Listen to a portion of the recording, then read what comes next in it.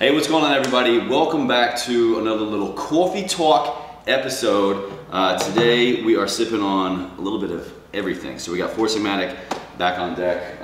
Victoria and I here mixed up one packet of lion's mane, one packet of mocha. So we're getting some focus, we're getting some chocolate, and it's from Four Sigmatic, so we're also getting some health. Hope you guys enjoy this episode. Victoria actually is one of my group coaching clients, a friend, a follower of the Everford family for years, and she actually has a unique Everford connection we'll talk about here in a second. But what we're going to do is put 15 minutes on the clock. Victoria, welcome. Thanks for coming. Yeah, thanks for having me. So we're up here on the roof, we're having some coffee, and the whole point with this this platform is a little bit like more chill, but kind of just like shooting the shit like you would if you were having coffee with a friend. Yeah. But real quick, what is your cool Everford connection? So I'm actually in the Virginia Army National Guard, and I am part of the 29th Infantry Division, which is actually the division that's over the 116th Infantry. Yeah. So we are over the same sort of family, I guess, you know. So the 116th, as part of D-Day, which is where they kind of became famous or whatever, fell under the 29th. Yeah. So we were all part of that same group. So. For those of you who don't know Everford, the very origin of it, our dad picked up from his time in the National Guard. He started off National Guard and then went active duty, and he was with the 116th Infantry Regiment out of Virginia. So pretty cool. Pretty cool. Yeah. So Victoria, besides being, actually let's start with the military. Sure. So you're National Guard right now, right? Yeah. But so active. I was called Active Guard Reserve. So I put on the uniform every day and go to work. I work in the JAG, specifically within the Special Victims Council, which is a congressionally chartered program. All branches have it to represent the victims of sexual assault throughout the military. Really important, really much needed aspect of the military. I know when I was in, I think things like that were unfortunately happening, definitely as people were coming back out of theater, learning more about what happened, but certainly now I think it's much more accepted. It's more okay for people to come forward and feel more comfortable about it because they have resources like that. So. And that's what we do. We represent the victims' desires, needs, things like that, so that they have somebody specifically to speak for the victim now. And Victoria, actually, oddly enough, right now, she, if I was still in, well, if I was still in, maybe I would have gotten promoted, but she actually outranks me. So I left the military as an E6 staff sergeant, and you're E7 promotable, right? I'm an E7, and hopefully, actually, I don't know when you're going to put this up, but hopefully by then I'll be an E8 this summer. Master Sergeant Vicky, all right. I always love connecting with my military community. It's so cool to see, you know, what is going on in it now compared to when I was in. It's a big part of the audience here, so you know, thank you for your service. Obviously. Oh, thank you. Yeah. I enjoy it. So people always say that, and I'm like, well, I keep doing it, so it's what I do. I keep signing my life away. But outside of the military, you got a little side hustle going on, right? This is something we've been working on, kind of hoping to grow throughout this year and having an established business. And so, what is that? So I'm calling it Wellness Warrior Meal Prep. So that's my handle on Instagram and everything, victoria.wellnesswarrior. We'll link that all down below in the show notes and everything. Yeah, so that program is really for busy working professionals, specifically women. I'm not opposed to taking on men, but it's really for that busy working professional, 25 to 35, who's really decided to commit to their health, to their well-being, because I truly believe that proper nutrition fuels us to accomplish all our goals, whether they be performance-based as far as like physically performance, or you know, more of that in-office performance-based, so your professional performance and stuff like that. Just living, existing through whatever your day looks like. Yeah, absolutely. And so I believe that good nutrition really fuels that and helps people reach those goals no matter what they are, and properly fueling their body for that.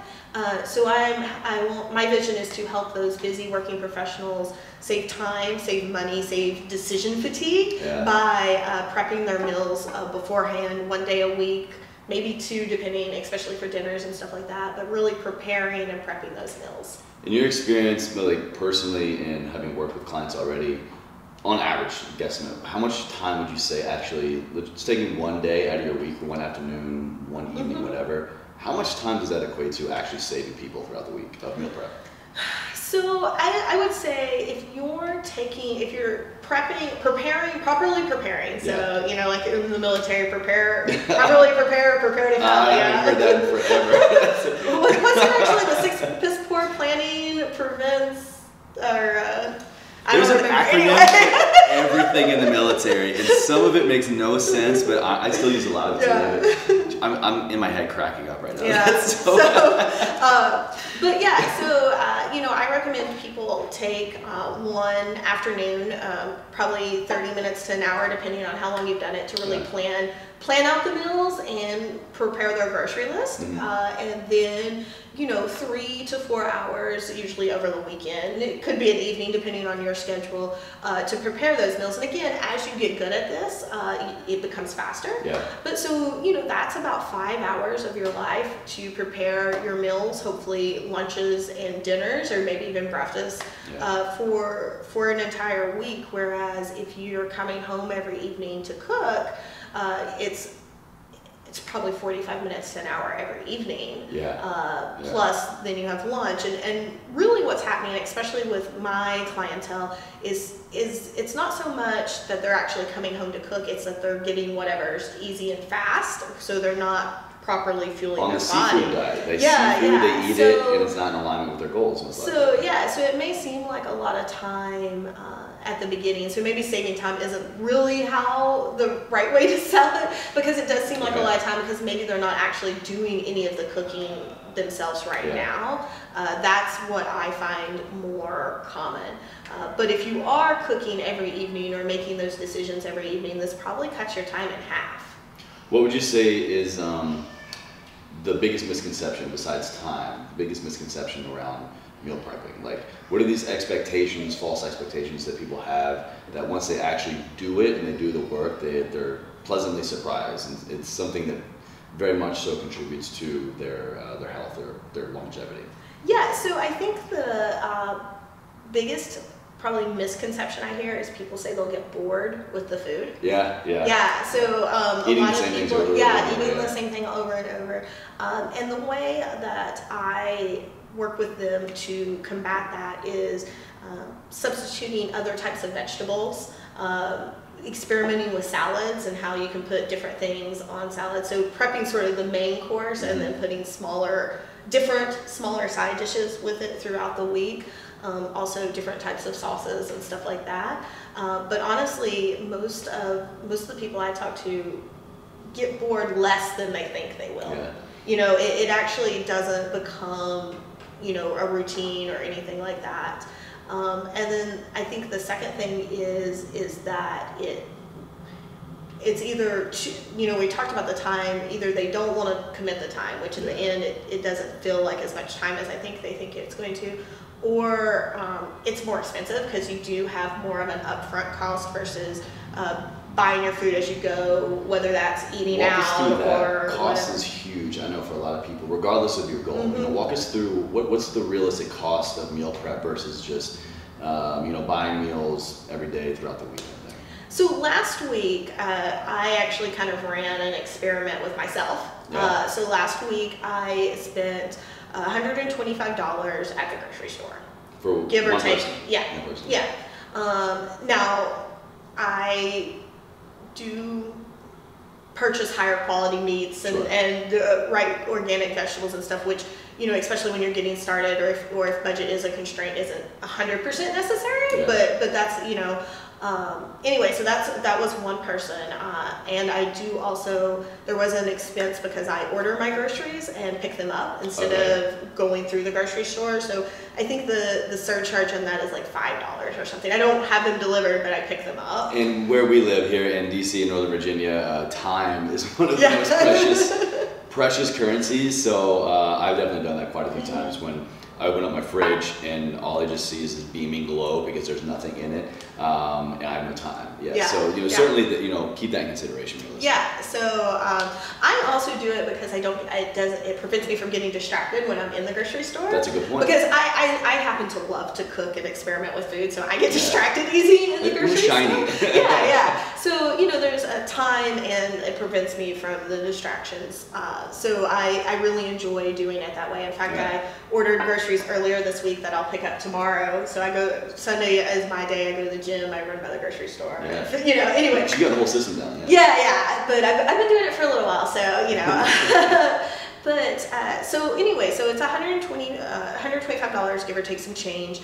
But that was enough food for 5 breakfast meals, 5 lunch meals, and 4 dinner meals. I did run short on my dinner meals this week, but sometimes by like Friday, I'm ready to have a little bit of a treat. You're done with it. So so $120. You got about 14 meals. 14 meals and some change, and so and that includes any supplies I had to order. So I think I did have to get like some more garlic powder and a few things like that this time around. So I try to keep them stocked, but if I'm out, I actually order.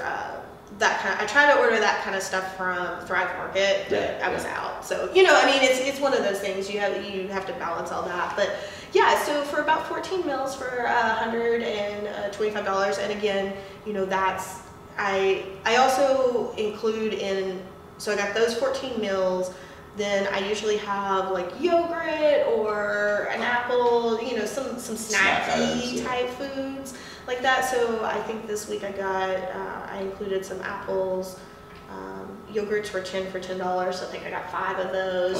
So some random stuff like that. I do check and see what's sort of on special, because you can do that online. You can check and see what's on special. Find the best day to go grocery shopping for you and your schedule.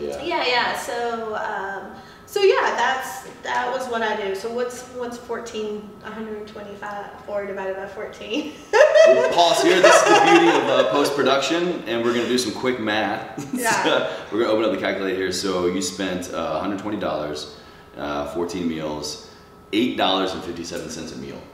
And the high quality ingredients. So if you wanted to go sort of maybe on the lower end with your meat and produce to save some money, you probably could have gotten everything that I got probably between $80 and $100. So and then 14 meals, and then again.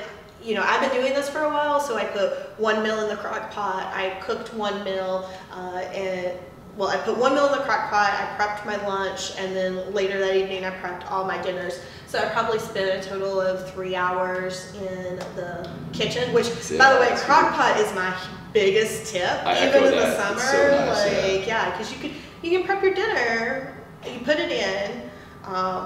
There's some more complicated crock pot store recipes out there, but I try to keep things simple. You put it in, and it cooks all day. Set it and forget it. Right? You can cook it overnight. You can cook it during the day, whatever, and then then I have dinner for 4 days. So. Now, when it comes to that's the meal prep portion, I know a lot of people are concerned about where do I store it, what do I do with it. Can you give us some quick tips and tricks on like the best ways to store the food you just spent a lot of time and money?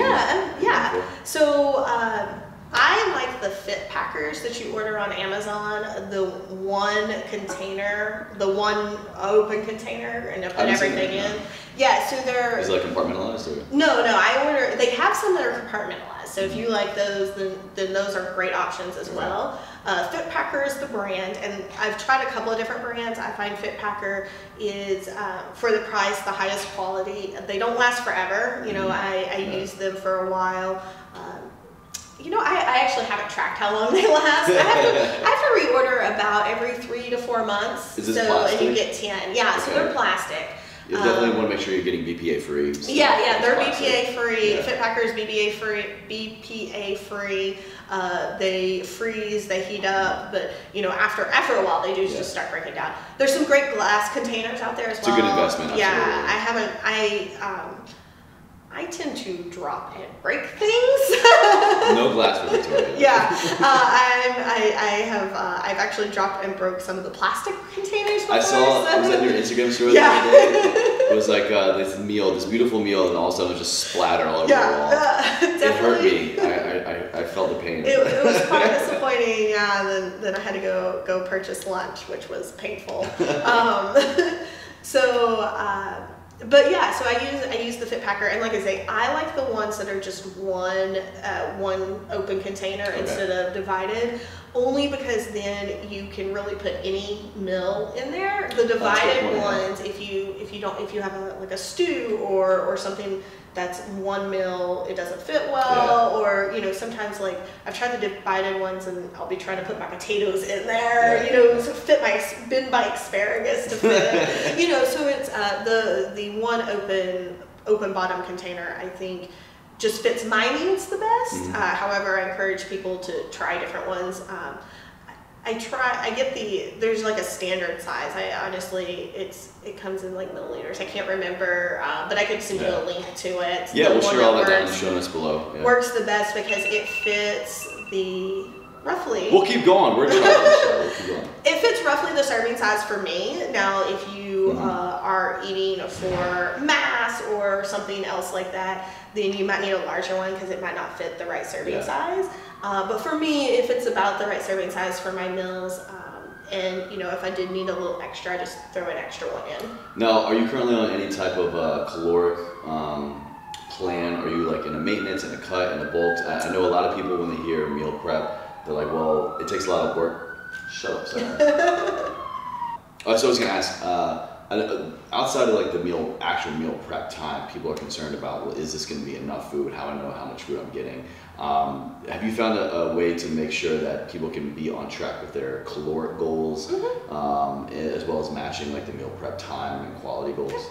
Yeah, so I macro count, which is not necessary for anyone.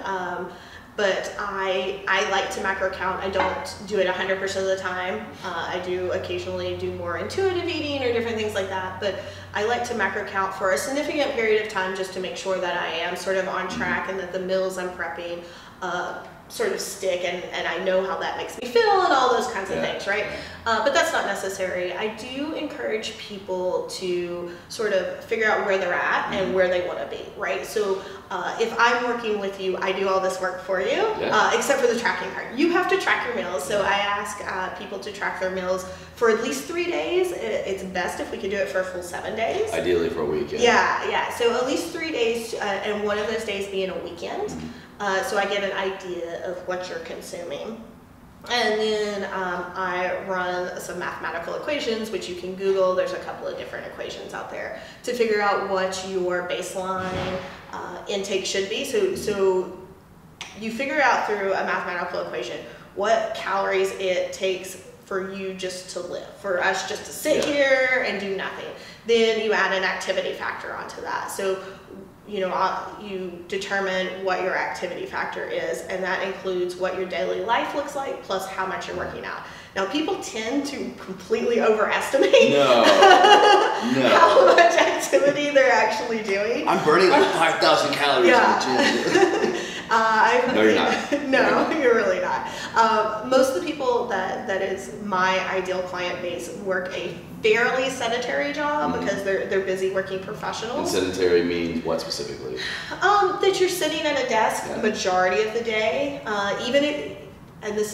We're in DC, so this is something I talk to people about all the time. Even if you're walking 3 blocks from the metro to your office, that is not. Yeah, I walk. I commute to and from work. 3 blocks don't count. Yeah. Now, if you're walking 30 minutes each way, like we can talk about that. But but you're sitting at your desk the majority of the day. If you do a tracker, which a lot of people do, if you're getting 10,000 steps in a day, that's a baseline activity, it's a good baseline, right? That's it's those type of people we factor in as sedentary. Now, if you're working out, we can add that on and stuff like that. But that would sort of be a sedentary lifestyle unless you're purposely doing work. So that is added on to your just sort of sitting around, and all of this is done mathematically. So then you get a calorie sort of goal. Now, because it's a mathematical equation and we're all different people and our bodies scientifically react differently to our food and especially stuff like females that. and males. Yeah, so we, there's a little playroom in there, right? So you then sort of have to experiment on yourself to figure out what works best. I or someone that's doing this on their own can look at macros. I encourage people really to get to the right sort of calorie level first, and then we can talk about macros. But it is tricky because even with the right calorie level, you do want to make sure you're getting a balance of protein, fiber, or protein, carbs, and fat. And I slipped a little bit there with fiber because I always stress the importance of fiber, and I think people miss that sometimes in the macro conversation. But you got to make sure that there is sort of a balance there, but you don't necessarily need to start focusing right away on those macros. I think getting used to an appropriate calorie level and taking the time to prepare your food are important. And if you're preparing your foods, you're already sort of moving toward that whole food mentality. So that helps with the macros. And I have found, just through my own personal experience and also talking to people, that lots of times when you do break it down and start looking at macros, you're closer than you think because you're probably already sort of eating like that naturally if you're eating a balanced diet.